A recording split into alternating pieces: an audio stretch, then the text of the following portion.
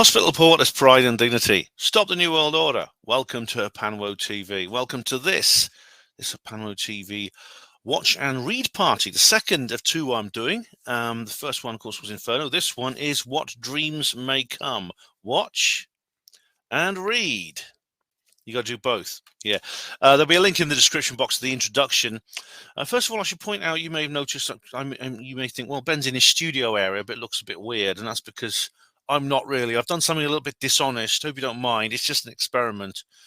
But it's much more comfortable to sit here rather than in my studio area on the low settee. So I have taken a photo of my studio area and I kind of put it up here instead. So it's a kind of fake studio area shot. I hope you don't mind that. Let me know if it really bothers you that much. I won't do it, but you can see sort of like the Roswell 70 stuff behind me.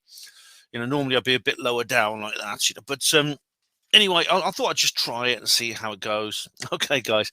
So anyway, yeah, this is the third part. This is the second of the three-part watch party series. I've already done the Inferno one review, which I got just before I was in YouTube jail. Hoping I won't go back there anytime soon.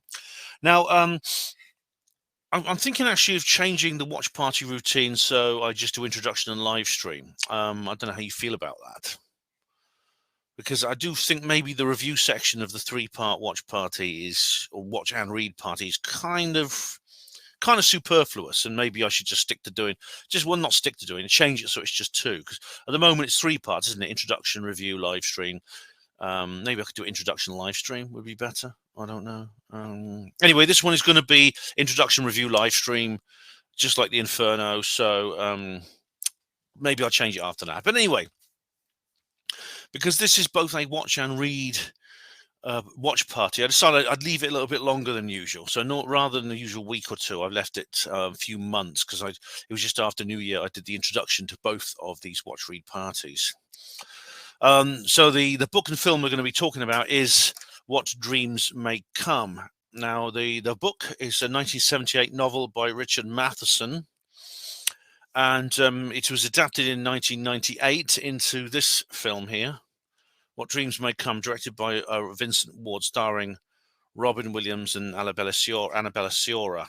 There's the back there. You can see the back of that there. You can pause and read that whenever you feel like it. And same with that there. Okay. So now,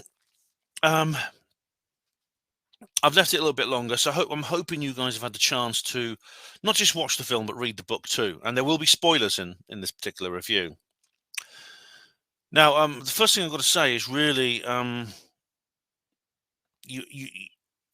to understand the story, you need to read the book, not just watch the film. Even though the film this is an excellent film. It's a really, really good film, but it's not a very good adaptation of the book. The book is so much richer and more explanatory and much more informative.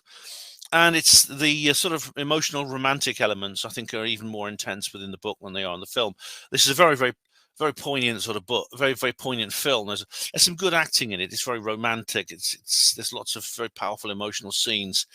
But I think they are reproduced, certainly in the case of the relationship between Chris and Anne, his wife, they are reproduced better in this book. Now, there are several important differences, I think, between the book and the film. As I said, it's a great film. It's not a very loyal. I would say it's not a very faithful adaptation. It's in a sense, it's loosely based on the book, but not particularly closely.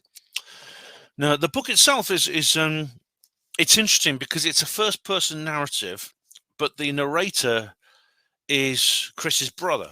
This is a character who does not appear in the film at all. This is Chris's brother, Robert, and it's a very interesting beginning. I mean, it's an unusual book in many ways. For example, it has a bibliography at the end, which I'll go into. I'll go into that bibliography later. But it begins. Robert basically he's sitting at home one day in his house. There's an introduction scene. Where is it? Here we go. There's an introduction, and it's almost like this is meant to be something real, because obviously it's a work of fiction by Richard Matheson. But it says here to the reader, and it has like a little introduction here by And he explains how it is. He says that an introduction is to a novel is almost without exception unnecessary. This is my 10th published novel, and the thought of writing introductions. Anyway, he goes on. He says he believes what he explains in this is really that he says, with few exceptions, every detail is devised exclusively from research. The only aspect of this fictional is the character. So this is in a way, the book is only partly fictional. You could describe it as maybe allegorically fictional, like my own book, Roswell Rising, a novel of disclosure, which I'm not going to discuss in great detail here. The title comes from the title "What Dreams May Come." A lot of people have asked what that means. It's actually from Shakespeare. It's from Shakespeare's Hamlet, the to be monologue, where he says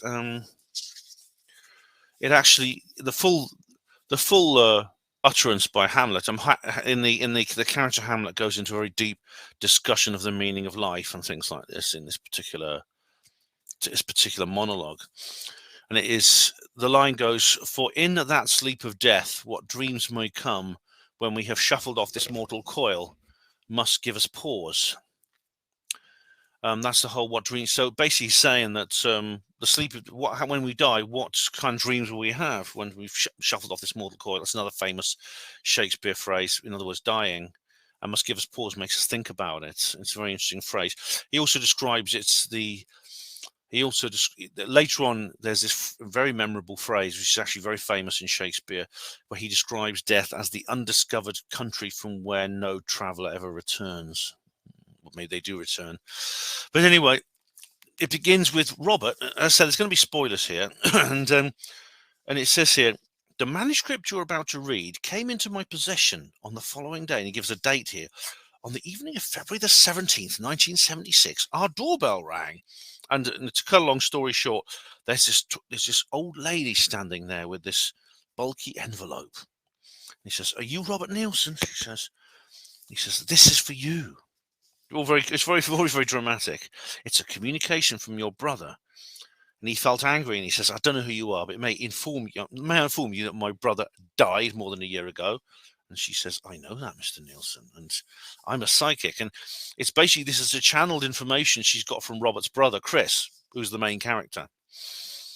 And he goes on to describe how he read through it and he thought, blimey, this has got some real details in here. And it ends here, Robert Neilson, Islip, New York, January 1978. This is when he writes the foreword to the book.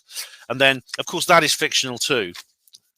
And then it describes the story, and it describes which is a first-person narrative, essentially by Chris, but it is the narrator essentially is Robert, but he's reading Chris's manuscript, and Chris he writes in first person, but he very very regularly addresses Robert. He inserts Robert's name in, so he's talking to his brother here.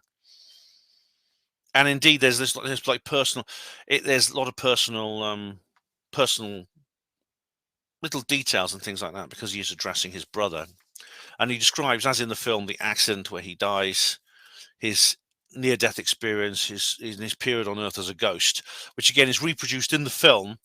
However, in the book, it's much more detailed in the book, and it's much more closer to reality. I mean, I'll go into the bibliography at the end, but this is, I believe, Richard Matheson writing a fictional work based on his own research on the psychical subject. So he begins. He knows about the NDE, the near-death experience, and even refers a couple of times to Raymond Moody in the book, Raymond Moody wrote the first ever book on. It's actually in the bibliography here. Raymond Moody, Life After Life, New York, Bantam Books, 1977. This was the first ever real serious book on near-death experiences. Raymond Moody was a doctor who'd got interested in this because he knew about resuscitation and things like that. NDEs were extremely rare, actually, until the mid to late 20th century. The reason being that before that, there really was the technology to resuscitate people after your heart has stopped. That is, defibrillators, certain chemicals and drugs and things like that. It didn't exist. The defibrillator, I think, was invented in the 1950s or something, and this basically gives your heart an electric shock to get it going again once it stopped. And you've seen it in the movie so many times. Clear. I've seen it done in real life many times, yeah. And it didn't exist, I think, before about 1950 something. I think they before that, basically, when your heart stopped, you died. As a result, people recovered from literally from death's door, when previously they'd have been much further back from that door. In other words, before then, when your heart stopped, you were declared dead, and you were heading towards death's door, and it was a one-way ticket, and there was no way to bring you back. You were going to go through that door for sure. Then later on, when your heart stops and you're heading towards death's door, they can bring you back. They can bring you back much closer to that death's door than they did previously. As a result, the number of near-death experiences increased because people got to experience what it was like to die, in terms of going down the tunnel and seeing your dead relatives and things like that to greet you just when you're about to arrive. When you otherwise wouldn't get, you would have that experience but not be able to come back to tell people about it. And this Matheson clearly did his research, and indeed, hence the bibliography. It's unusual for a fictional book to have a bibliography like that.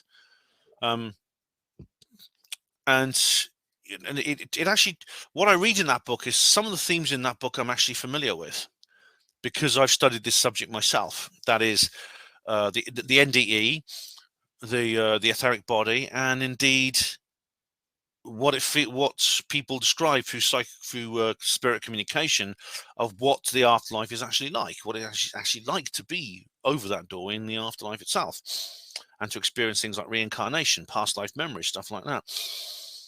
Now, the book is a lot more interesting in that respect, because the sequence in which Christy dies, he's called Christy in the film, usually with a T, it's just Chris in the book. It goes straight from his being in the car accident, he's in hospital, he dies, and he sees his funeral, he sees his wake, and then he's hanging around by his wife as a ghost.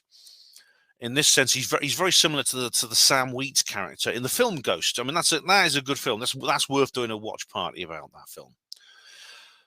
Sam Wheat, the character played by Patrick Swayze, is excuse me.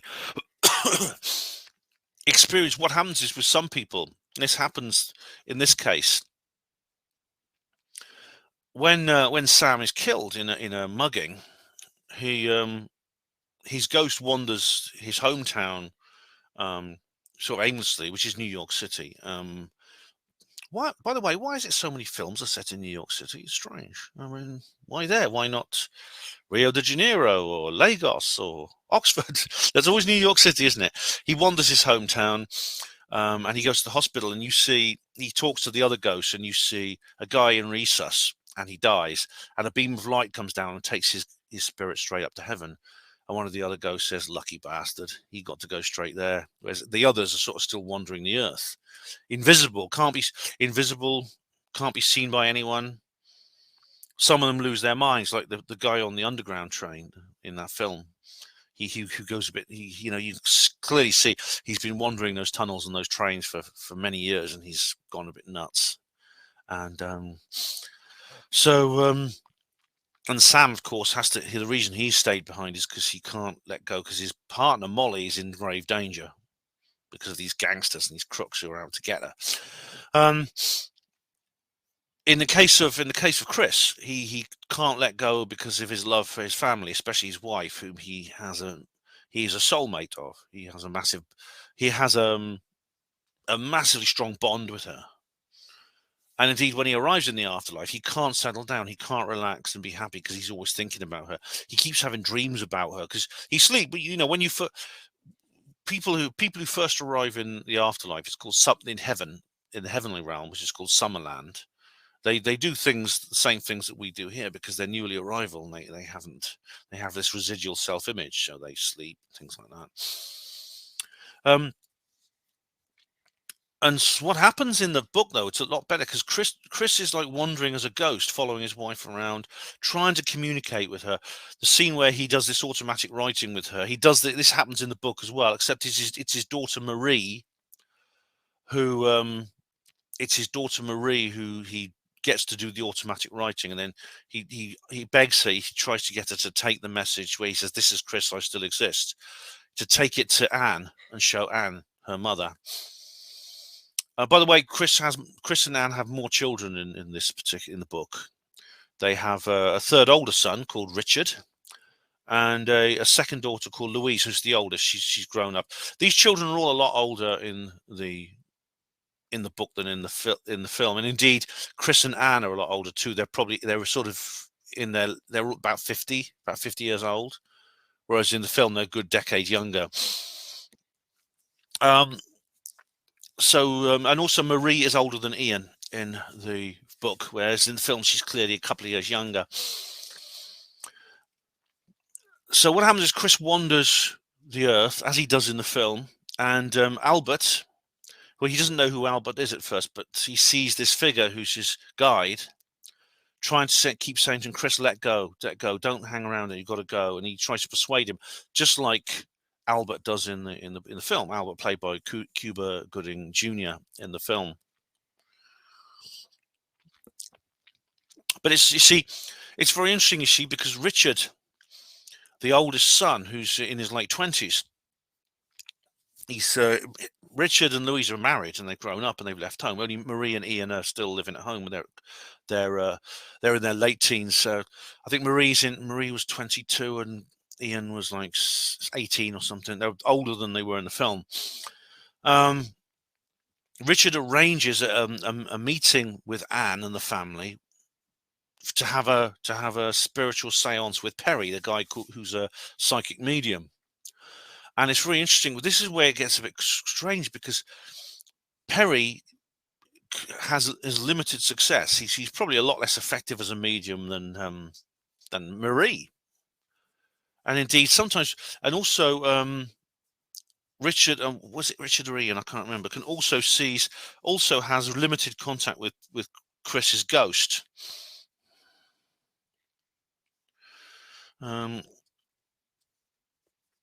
I can't remember exactly, but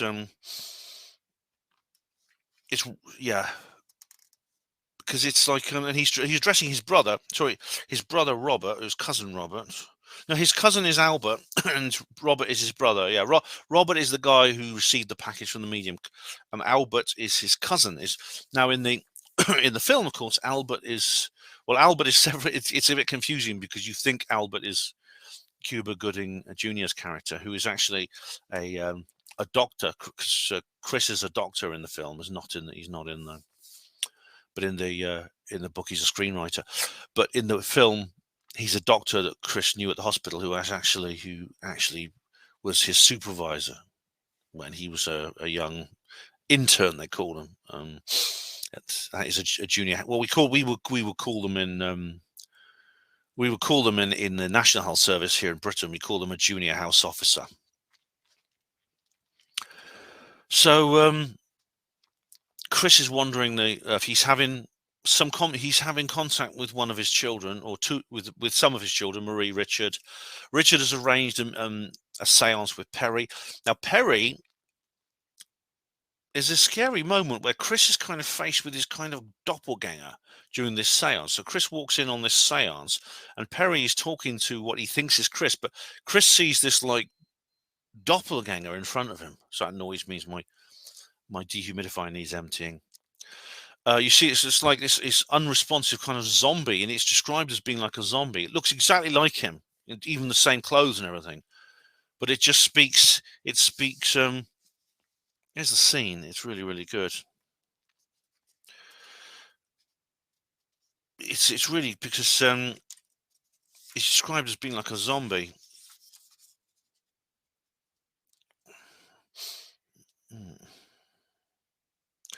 And Chris and Perry is just having conversing with this kind of effigy of Chris.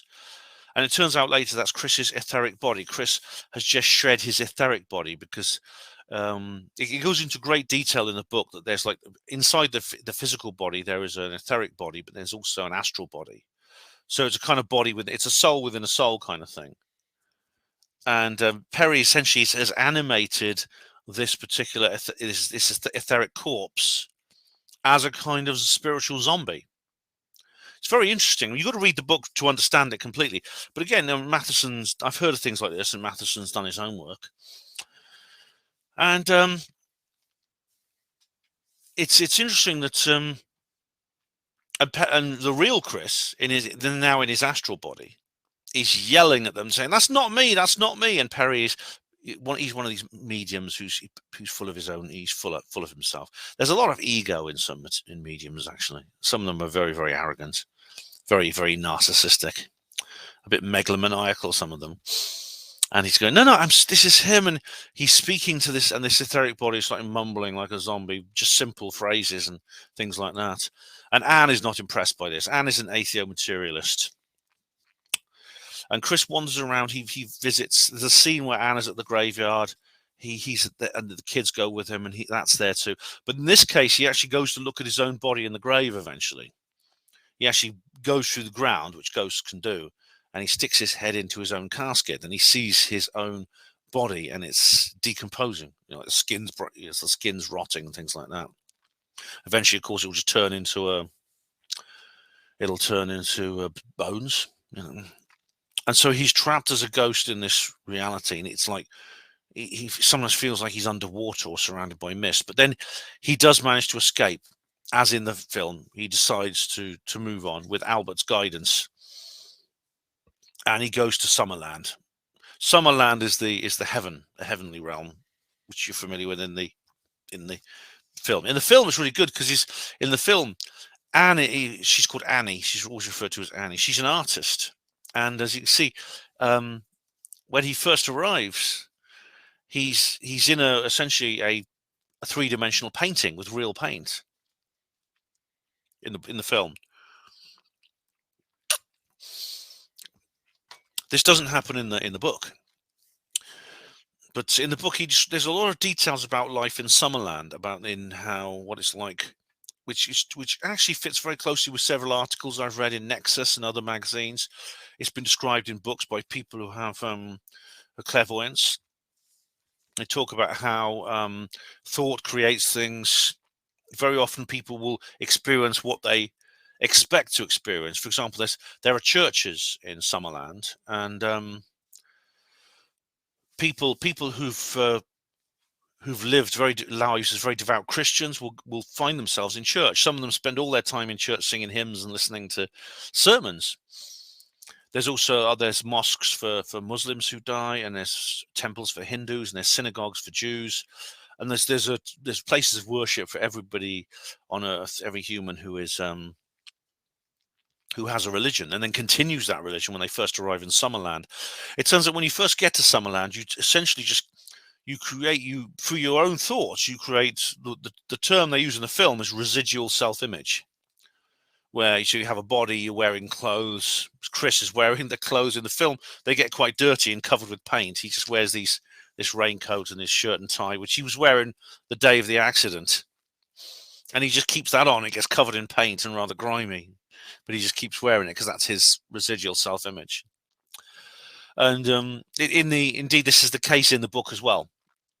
And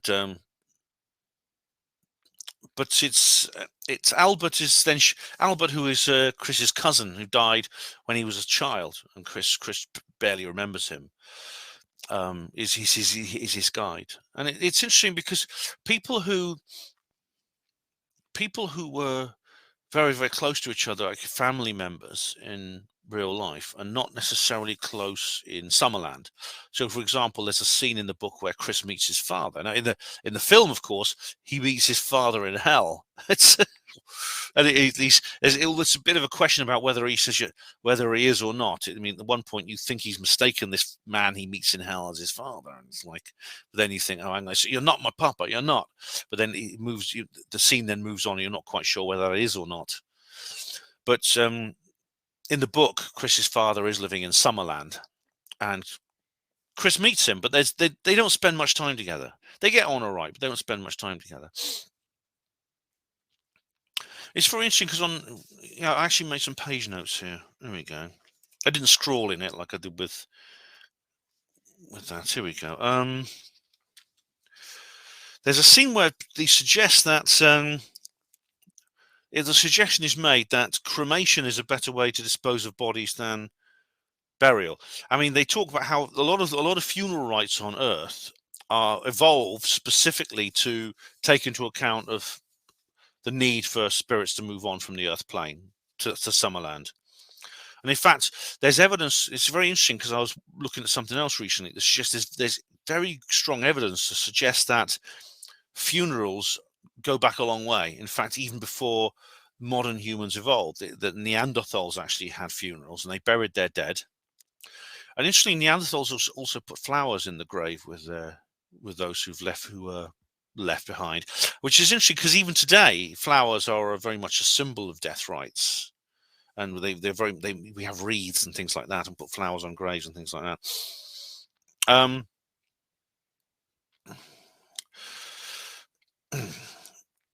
Here we go. He says, the fact is, Robert, this is Chris talking, that a person newly deceased is in exactly the frame of mind he was at the moment of death, accessible to influences from the earth plane. This condition fades in sleep, but in my case, memories were renewed and kept vivid by my twilight state.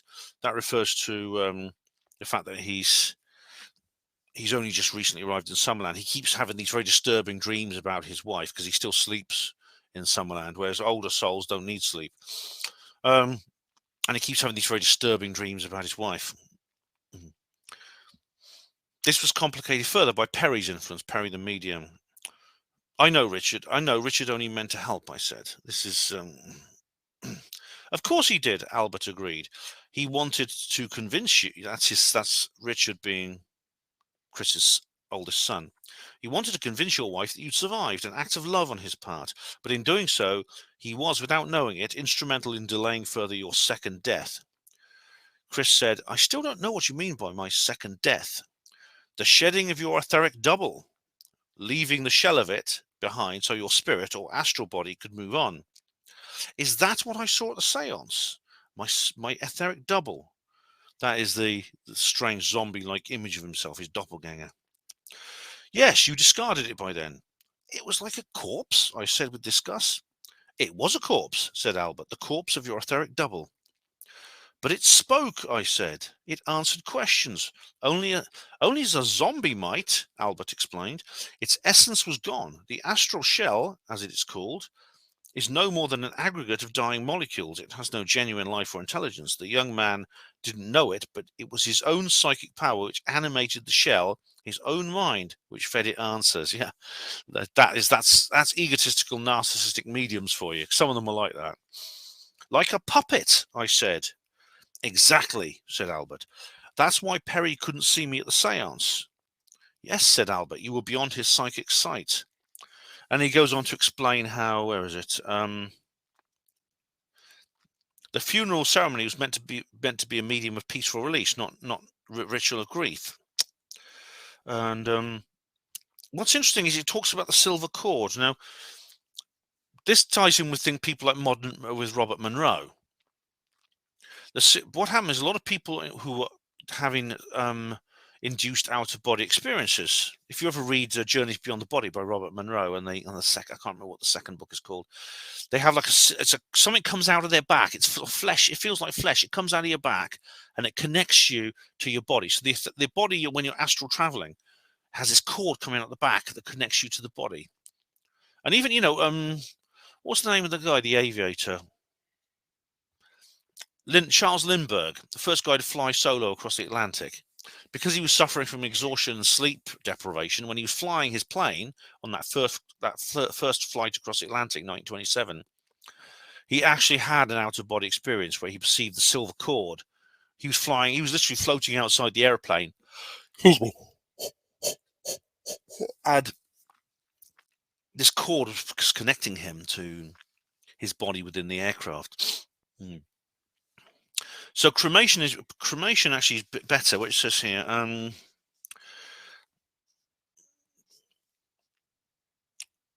where does it say something? Something where he talks about So there are many things which can be done to make the death process easier. Pressures on certain nerve centers, certain tones sounded, certain lights utilized, certain mantras chanted, incense burned, all designed to help the dying person concentrate on his senses of departure. And that essentially is what he's saying. That's how funeral rituals were meant to be.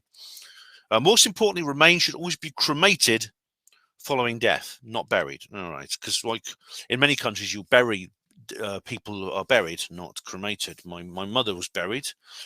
So was my daughter. She was buried. My mum actually requested a burial. Now, it's interesting that because apparently when there's no body, body, the body's basically been destroyed by fire. The spirit finds it easier to move on. And he says, I told Albert about my body in the cemetery of that hideous moment which I've seen it. And he said, she didn't want your body burned. She loves you. She wants you down there so she can visit and talk to you. It's understandable, but regrettable since it isn't you at all. What does cremation do that burial doesn't? Frees the departed from a tie which has the tendency to keep it near the physical body. Although you can have ashes interred. I mean, if you remember my video about Barry's grave, about Barry dying, I actually did visit his grave, and if you go to the HPWA blog, you'll see I've got some photographs of his grave. But Barry was cremated, but his cremated remains were interred in a grave. The urn was put into a grave. So even when you're cremated, you can still have it's usually smaller than a full body grave. But that's an option for you. Yeah. Let's go through checking. I've got all my notes here. It's an interesting idea. There's so much. There was information in this actually. Chris also has a life review. Yeah, he goes through a life review. Indeed, in the film, there's some very, very good, very touching. There's some very touching memories he has.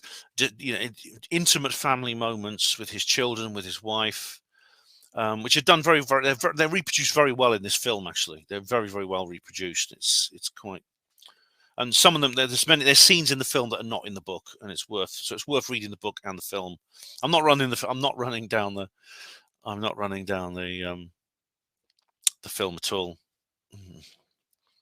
Another important difference is that between the book and the film is Chris's children do not die before him. In the film, both his children, Ian and Marie, are killed. They're killed in a car accident, just like him. Yeah. So, funny enough, this book. I mean, this is the 2002 Tor paperback edition. There was a 1998 edition with this picture on the front of it. It's got this one now. What's interesting is that what's interesting is this was out of print for a while. That surprised me actually, because it was a New York Times best-selling novel when it was first released, 1978. It reached the top of the New York Times bestseller, and it's got a bit of a cult following actually. Ray Bradbury says Richard Matheson is worth our time, attention, and great affection. Dean Koontz, his stories not only entertain but touch the mind and heart. Richard Matheson has won the Edgar, the Hugo Award, the Spur, the Writers Guild Award, as the Bram Stoker Award. I think he actually passed away. Actually, Matheson recently. I think he's gone down that tunnel himself recently. Let's have a look. I read a thing about him dying. Richard Matheson. Here he is. Yes, June 2013. June the 23rd, 2013, he died. Yep. So he's gone down that tunnel himself. Hope he got to Summerland all right.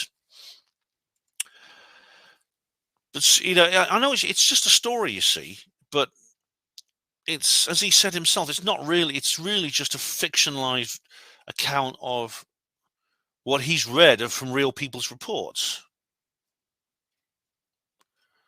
And a lot of people read this and they found it very reassuring. They've lost their fear of death and things like that. Interesting. The book contains the word "The Matrix." Now, this is very interesting because The Matrix, of course, is a successful film franchise from much more recently. But this is when Albert's talking about Summerland, because he talks there's different spheres of existence, which is a bit like Dante's Divine Comedy, which of course comes up in Inferno as well by Dan Brown, which I'm also reviewing. There's different spheres. So Summerland is called Sphere 3. There's Sphere 1, which is the physical universe, and there's Sphere 2, which is like the lower astral. Sphere 3 is Summerland, and then there are higher spheres where God dwells. But as with the film, the God doesn't really play any role in this story. God is just in the book. Sorry, in the film, Albert says to Chris, when Chris asks where's God, and says he's up there somewhere, shouting down that he loves us, wondering why we can't hear him.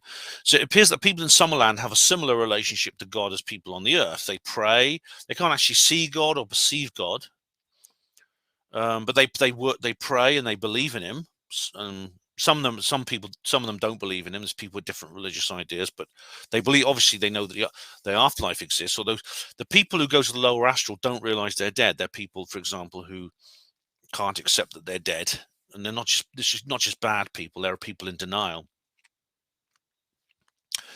And then, of course, it's revealed that Anne has committed suicide.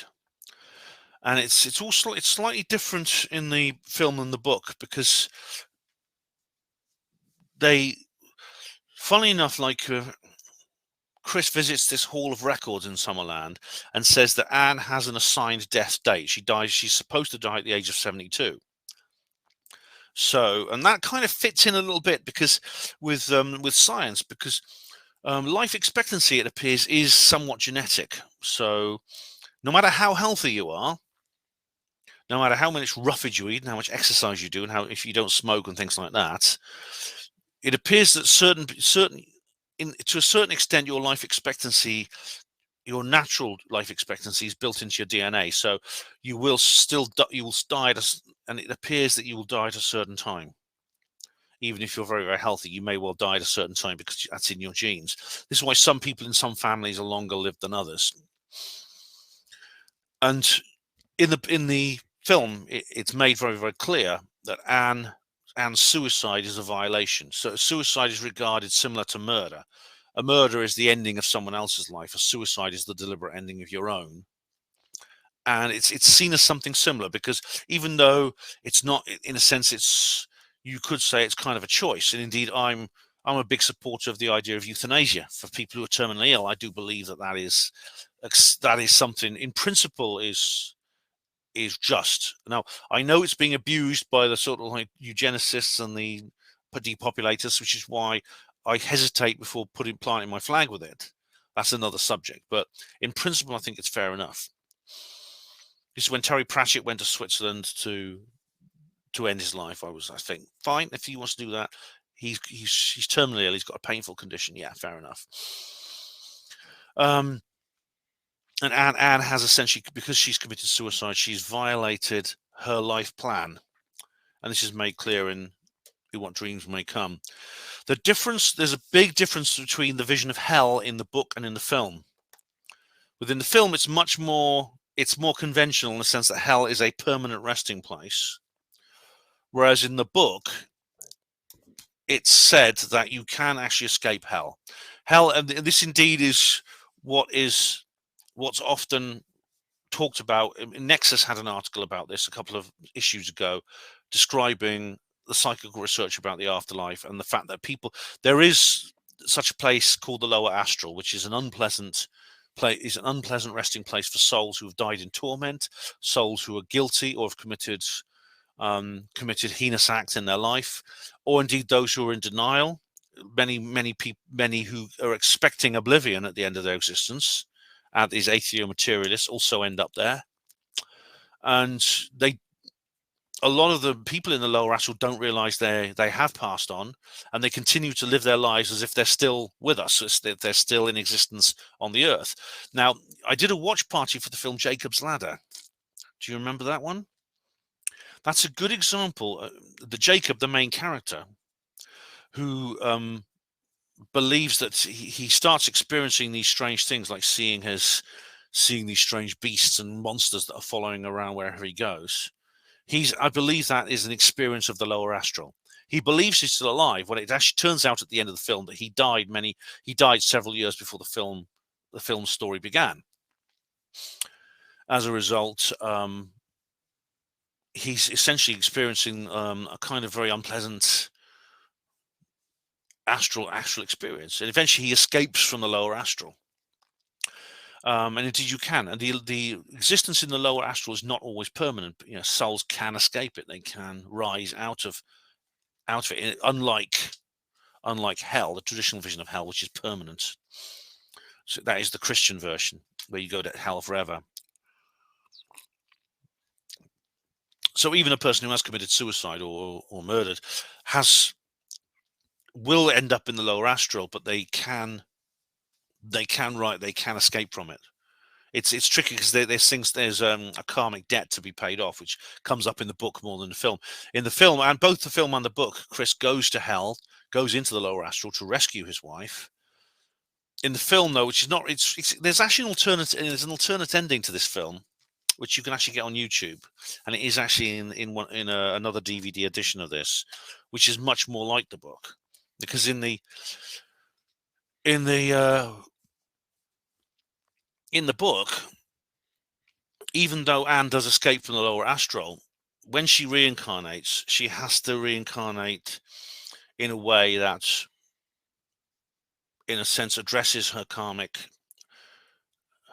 debt. And what happens is she reincarnates in India as a girl with a breathing problem. She's got a sleeping problem. She's got a sleeping disorder, which makes her life very difficult. It's a disability caused by a sleeping disorder. And also that Chris is also going to incarnate back on Earth at the end, but they're going to meet, fall in love, and then Chris will die. Anne will then die, and Chris will have to mourn her, or the other way around. I can't remember.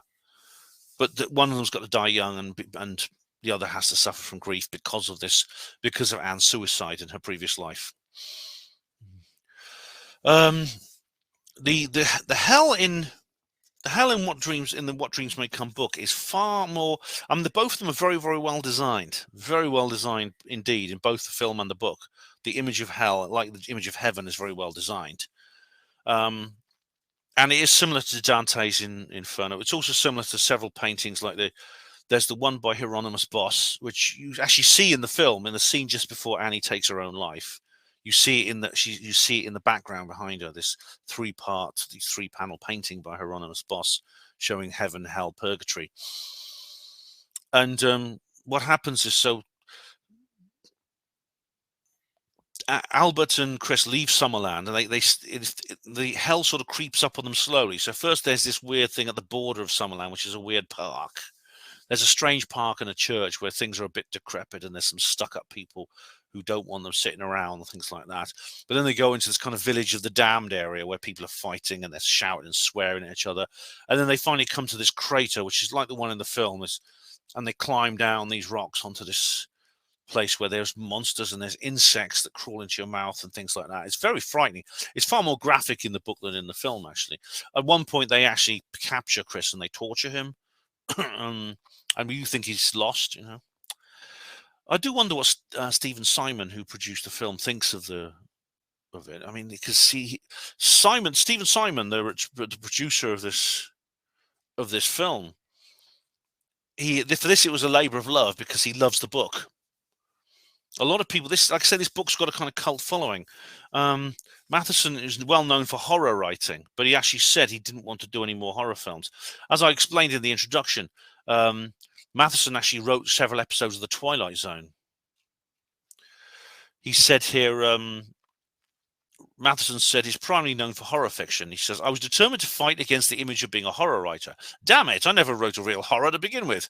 For me, horror connotes blood and guts, while terror is much more subtle art, a matter of stirring up primal fears. Well, that's true, anyway. But then I got tired of playing the fright game. Scaring the hell out of people no longer appealed to me. So then he wrote this book, which has become one of his best known and best loved books. Yeah, so he's a sort of bloke I wish I could have met. Actually, he'd have been very interesting. But he wrote that Twilight Zone episode about the couple who have to press the button. Do you remember? I talked about that. And there's a remake of that which I haven't seen yet. It's called Button Button. It's based on a short story by Matheson. He wrote the script for The Twilight Zone as well. Yes, Button. I remember that. Mm. It's worth seeing. It's definitely worth seeing that. I think that's that particular episode of the Twilight Zone. Now eventually, like, Albert is guiding Chris to Anne's, where Anne is in hell, using this signal based on Chris's bond with her, and eventually they find her in this house, and it's as in the book, it's a reproduction of her house in life. However, in the film, it's probably a lot more effective because it's at the bottom of what looks like an inverted cathedral on the roof, which is at the bottom. In the book, it's just kind of like it's like he's a dark, dingy version of his own hometown, and he goes in there, and Ginger, one of the dogs that dies, because apparently the dog kind of committed suicide after Anne died, and dogs do this sometimes. Dogs often don't survive the deaths of their owners. They become depressed. They stop eating and drinking. I knew a dog that did this, actually, and the vet usually euthanizes them. And in this case, Anne is in hell with this dog, Ginger, and she's also holding a bird in her hand because she loved looking after birds and things like that. And then, of course, there's this time. What happens is Chris then has to somehow rescue Anne from this delusion she's trapped in. And there's it's really interesting. I mean, it's done quite well in the film, I must say, because he can't just go up to her and say, "Look, I'm your husband, and you've died, and your suicide led to this awful afterlife," because she doesn't know she's dead. She thinks she's still alive. She thinks she thinks she's still alive, but she's forgotten the suicide, and she would never believe him. She doesn't believe in the afterlife. In the book, it's made very clear. It's hinted at in the film, but it's very clearly and explicitly defined in the book that Anne is an atheoskeptic. But so he has to try and persuade her, and there's this conversation between Chris and Anne in both the film and the book. But in the book, it's much longer and more detailed. It's much longer, more detailed. There's a lot more commentary and narrative, which makes it far more interesting, and there's much more suspense. It's more exciting, actually. And I sometimes feel like Chris I had a sort of joke with myself. I thought that Chris in Anne's hell was like me in this world. That's how it feels sometimes. And Chris has to fight continuously for his own sanity because he because he can become part of this. This is the danger, the danger of losing your soul in hell and actually ended up being stuck there. This is what Albert desperately tries to, in both the film and the book. Albert desperately tries to persuade him not to go into it, not to go. He says you can't rescue Anne. You just have to stay where you are. But of course, as you know, in the book and the film, he rescues Anne from her hell by joining her. And in the film, it's actually done much better because there's this kind of there's this metaphor connecting with Anne's own depression after her children died, because she had a breakdown and Chris didn't. And this is symbolic of Chris not joining her in hell. And there's this doesn't occur in the book, of course, because the children don't die. And so Chris still decides he will stay in hell. And there's this very poignant line in here. It says, "Let us make hell our heaven."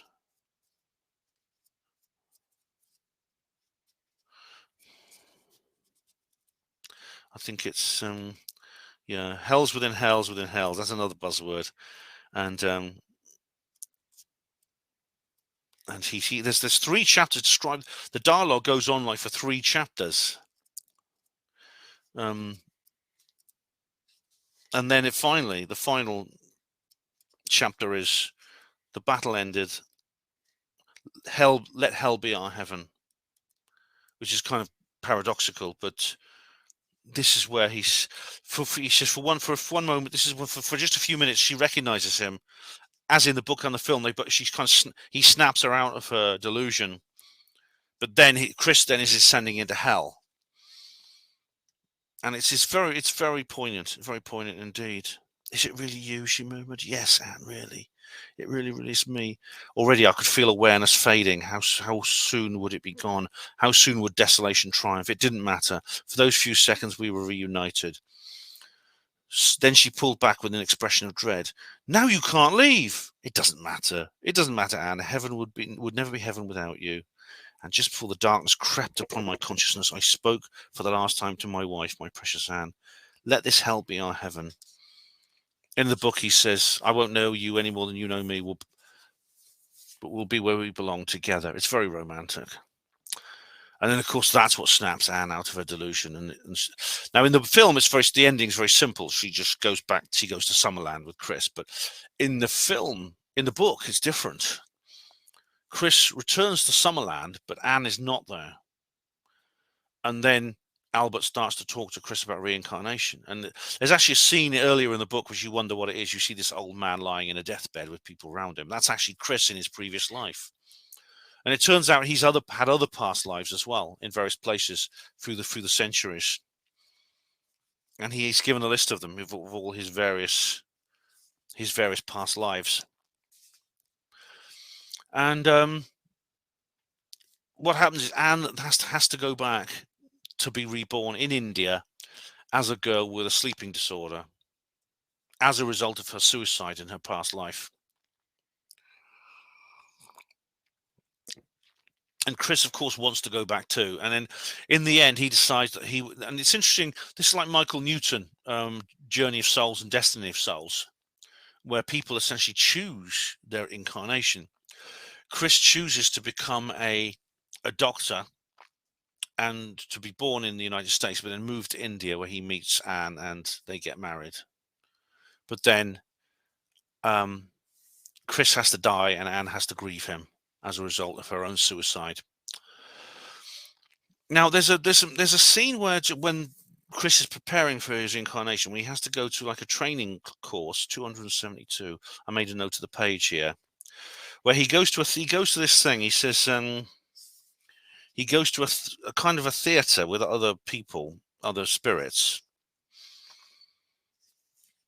It's described. Where is it?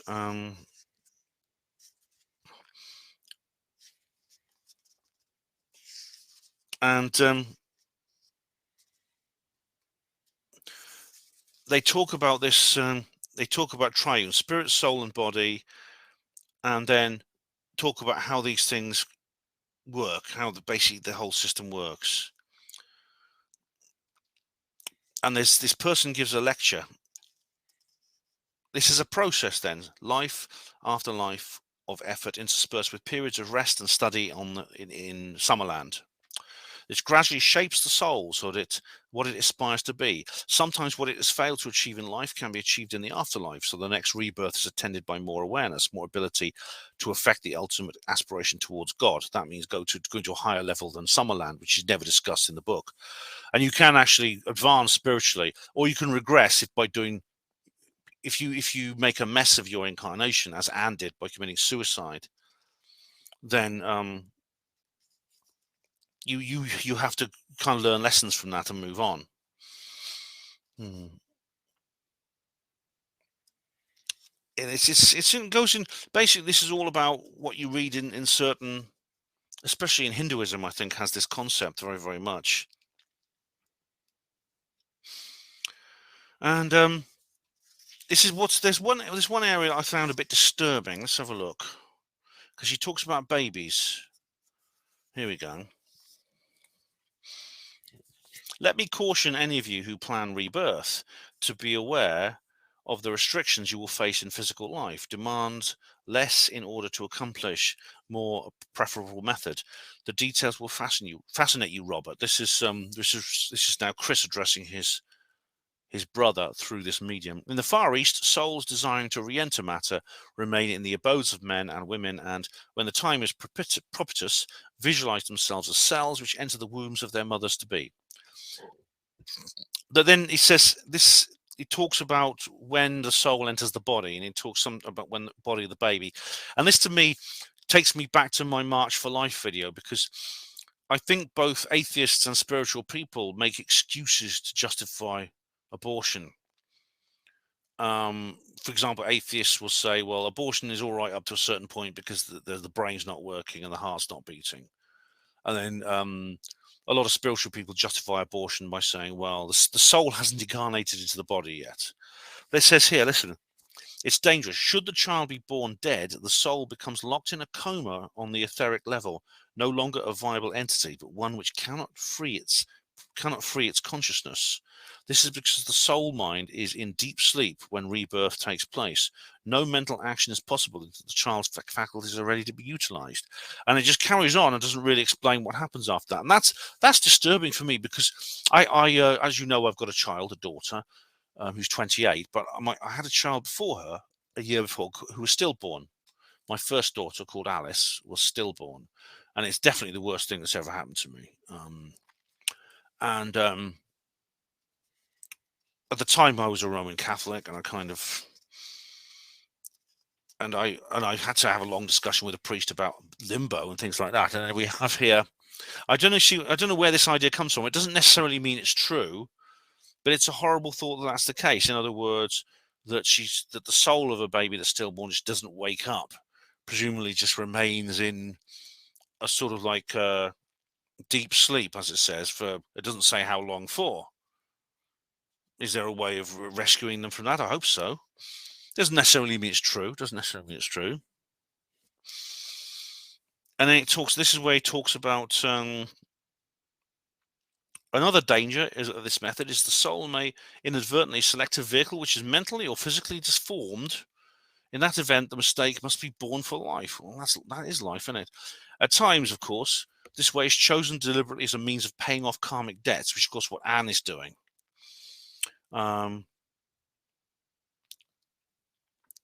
And it goes on, as God willing, in Anne's case, while in any area of the world, the soul has the option of entering its new vehicle of life at any stage from conception to post-birth. The Occidental method is usually to wait until the child is born. That way, no soul can ever be locked into the coma I mentioned. Well, that essentially says that's implying that an unborn baby has no soul. Again, this is the kind of thing that some of the New Agers will come out who support abortion. It seems awfully convenient to me. And it goes on to describe how the soul blends with the body and things like that. To me, it doesn't make a lot of sense. It doesn't make a lot of sense, to be honest.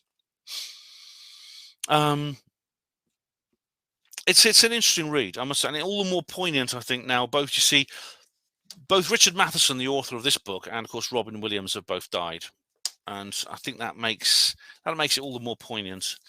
The bibliography at the end, as I said, it's very unusual for a fictional book to have a bibliography. But as I said, as Matheson said, this is not really a fictional book. It talks about your psychic powers and immortality. I know some of these books: The Other Side of Death, Life in an Unseen World.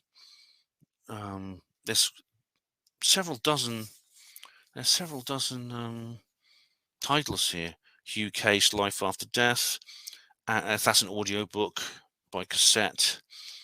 Arthur Conan Doyle, A New Revelation. I know that one. John C. Daniels, Incarnation and Reincarnation.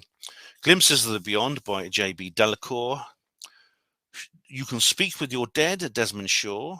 Spirit World and Spirit Life, C. Dresser. Not heard of that one. Martin Eben, They Knew the Unknown. When We Die, Geoffrey Farthing. Arthur Finlay, On the Edge of the Etheric. I know that book. Not read it, though. Dion Fortune, Through the Gates of Death. Yeah, I know that one. Going through these books here. Sir Oliver Lodge, Raymond. That's an old one from 1916. And Raymond Moody, of course, I've already mentioned.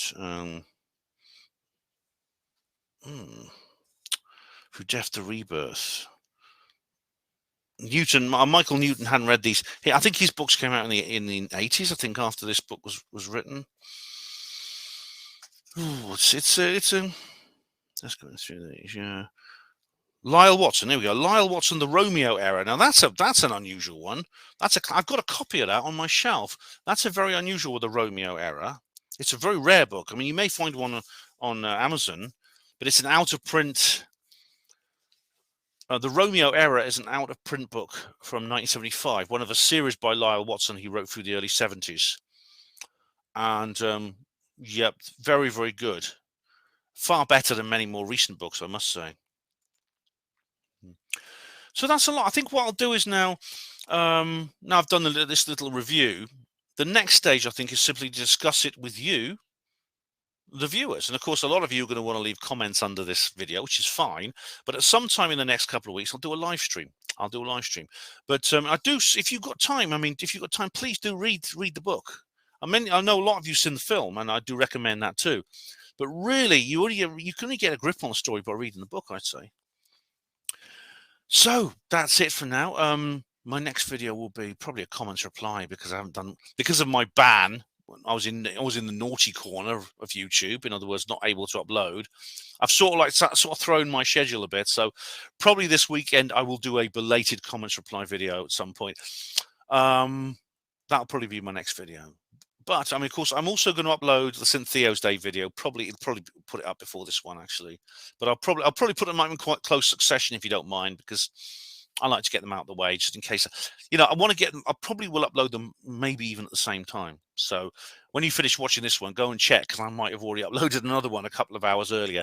That's because it's at the back of my mind now. I might get another bloody Facebook jail sentence, so I want to get them uploaded. So. Ladies and gentlemen, thank you all of you watchers for watching. Look out for the live stream of both Inferno by Dan Brown and What Dreams May Come by Richard Matheson, and the film, of course, with Robin Williams. Thank you for watching the Panwo TV. Hospital Porters, Pride and Dignity. Stop the New World Order.